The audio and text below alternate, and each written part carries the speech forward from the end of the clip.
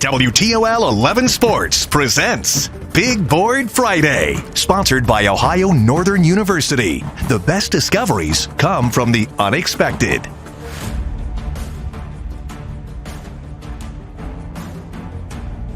And by Charlie's Dodge Chrysler Jeep Ram. Doing it different, doing it right.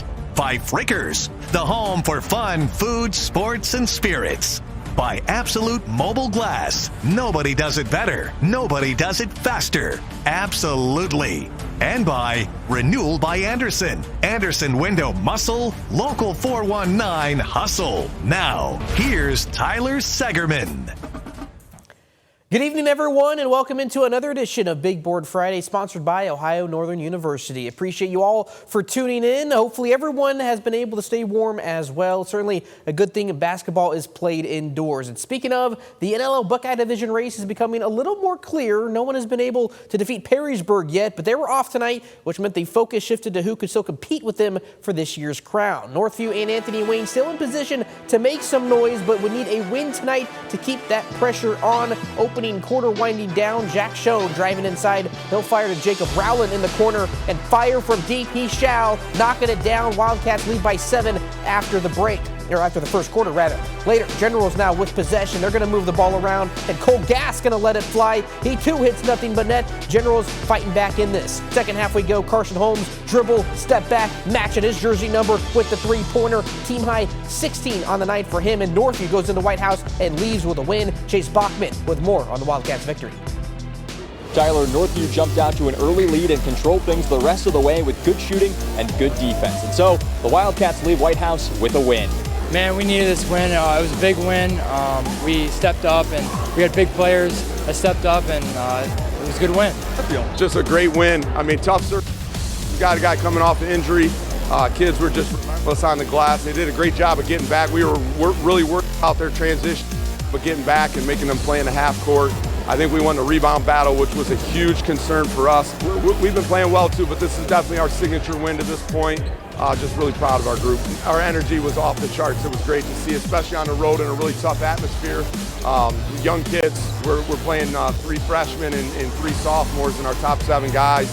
And for them to come out in an atmosphere like this the first time and play so well, I'm just really happy with our guys. I thought we were tremendous tonight. Northview picks up their 10th win of the season and improves to 5-3 in conference. They'll be back in action on Tuesday when they host Perrysburg. Reporting from White House, Chase Bachman, WTOL 11. Tyler. Thank you, Chase. In Findlay, the Trojans still seeking its first victory in division play. They hosted Whitmer, who has lost 4 straight, and the Trojans get it done defensively early. Blade Waite poking the ball free, and he'll take it himself, going coast to coast for the control and the layup. Whitmer, though, hanging around. They're going to show some good ball movement, responding back. Justin Harrelson going to work on the baseline. He'll take a jump stop before laying it up and in. Friendly roll as well. Finley, though, controlling most of the night. Beck Garmong left open in the corner. He's going to rattle that 3 home, and the triple falls through. Trojans get the win indeed, 62-53. Inside the Titan Dome, St. John seeking to remain tied atop the CHSL standings as they welcomed in BCC out of Detroit. Titans getting off to a quick start. Jack Goodnow with the quick turnaround jumper here for the Titans.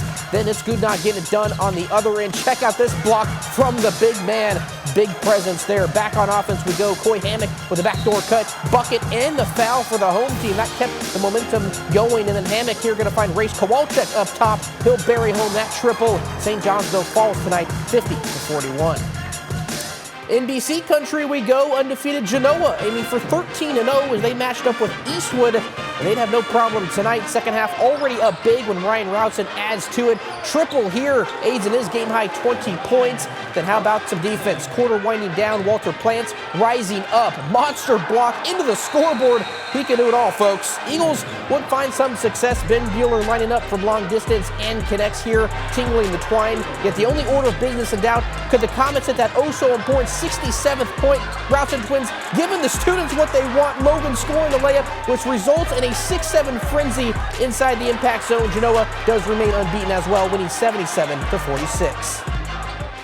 And down the road along State Route 795, the Lake Flyers hoping to celebrate a 7th straight win, hosting Rossford. And the home team, well, they were out and running early. Carter Belmore hoop and the horn to spark the start for Lake. Then it's Xavier Scott going vintage Xbox. Yes, the 360 version, spinning and winning for another layup. Nice finger roll there as well. Bulldogs doing all they can to hang around. The give and go finds Jackson Drewsback, who beats everyone to the rack. Yet the night belonged to senior Preston Snyder, who with this bucket becomes just the 4th Flyer in program history to reach 1,000 career points. You see the celebration there. Fitting reaction from the crowd as well. You'll see right here afterward. They also celebrate another victory, 75-35. And staying in the Northern Buckeye, I apologize, we don't have that game, so we will go to break. But first, here's some scores from the area. Actually, let's tease right now. Buckeye Border Conference battling of first places there, but let's take a look at some of those area scores tonight.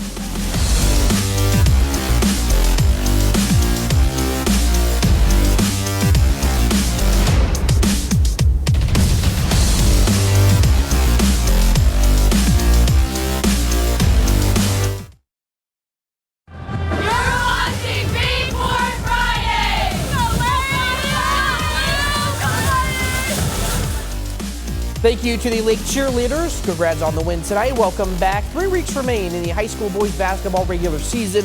And while nothing could officially be clinched in Williams County tonight, for all intent and purposes, a championship stood on the line between these two, Pettisville and Montpelier. That is because both schools entered this matchup unbeaten in conference play. Locomotives rolling along this season with a 12-1 record. We picked this one up in the second half. Blackbirds trailing by 6, and their star Jack Leppelmeyer doing all he can to keep his team in it, spinning and winning there. He'd finish with a game-high 24.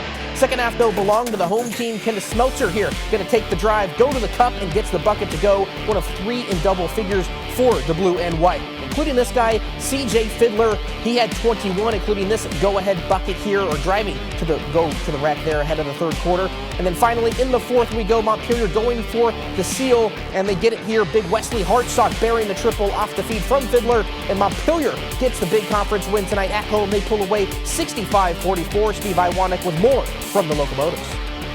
Well, it's not a bad effort when you get 3 double-digit scoring outputs from your starting 5. And Montpelier already came into this one with a home court advantage, but they pull away in the second half and win this one by 21, 65-44. Well, we like each other. We're friends off the court as well as on the court. You know, we do a lot of stuff together as a group afterwards. You know, and I think that really helps us to do things for each other and play for each other on the court. Knowing Jack's a great ball player, we just gotta make sure that he's gonna get his. We just had to control everyone else.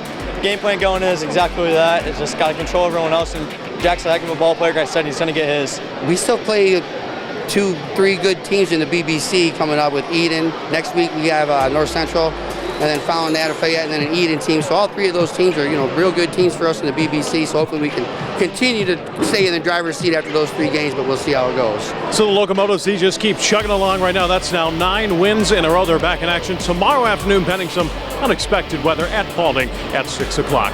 For now, here in Montpelier, Steve Iwanek, WTOL 11.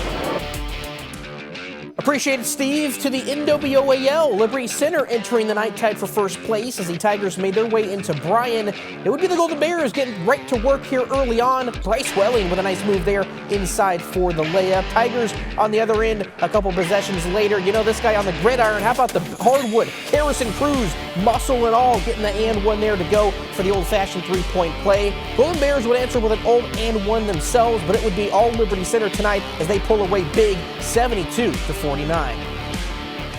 Shifting to the TAC, Maumee Valley in control as they aim to remain unbeaten in conference play. And the Hawks, they'd be working it on offense here all night long. Lowen Schnorr with a smooth 3 from the wing. That rattles on in as the Hawks were rolling. Ottawa Hills, though, they would keep this one close. Preston Tom here with the strong drive to the basket. He'll lay that one up and in.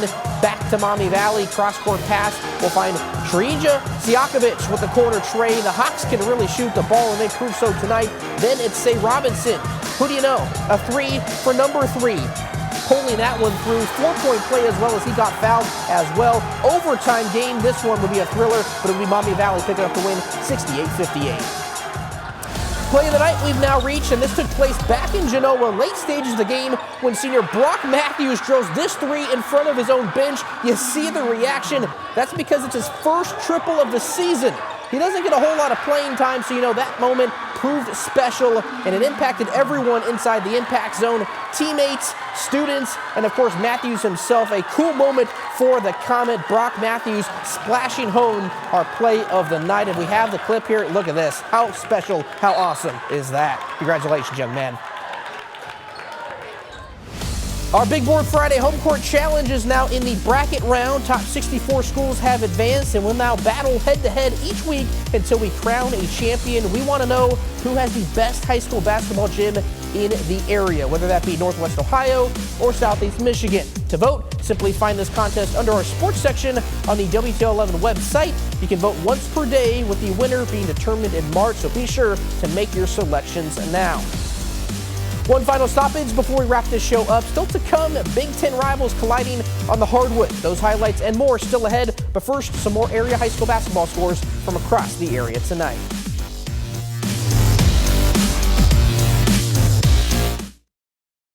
Welcome back to Big Board Friday!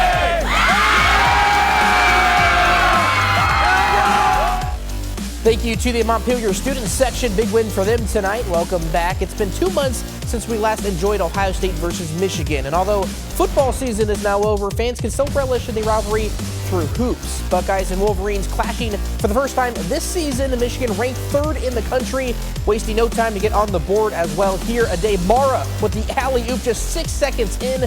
Ohio State, though, give them credit. They weren't phased tonight. John Mobley Jr. gonna let it fly from up top. Cashes in here to give OSU a first-half lead. Back and forth these two would go. Wolverines, though, would end up pulling away late. Mara here with the monster block and rejection. That sent a message, and Michigan nets the win 74-62. Speaking of rivalries, the Battle of I-75 tips off tomorrow night in Toledo. The 185th meeting between the Falcons and Rockets aims to be a classic. Both programs tied for 5th in the MAC standings and are nearly identical in every possible statistic. They've split the last 4 meetings, which means coming away with a victory will come down to execution. Tip-off is set for 5 o'clock. I mean, we've been preparation's been great. But I feel like it's gonna be a big one. You know, it's just always a big one. It's gonna be fun to watch. Just kind of the buzz around town. You know, this is a great bragging rights game. You know, everybody really cares about it. It's an intense rivalry, and you know, it's something that I've seen since being little. Certainly excited to see that. Again, they're trying to stripe Savage Arena, so looking forward to seeing how well that looks, and of course a great game as well. Well, that's going to do it for another edition of Big Board Friday. If you missed any of the highlights or want to rewatch the entire show again, simply head to our website or stream us on WTL11+. It's always a pleasure bringing you our coverage. Appreciate you all for tuning in. Have a great weekend. Stay warm, and we'll do it again next week. Take care, everyone.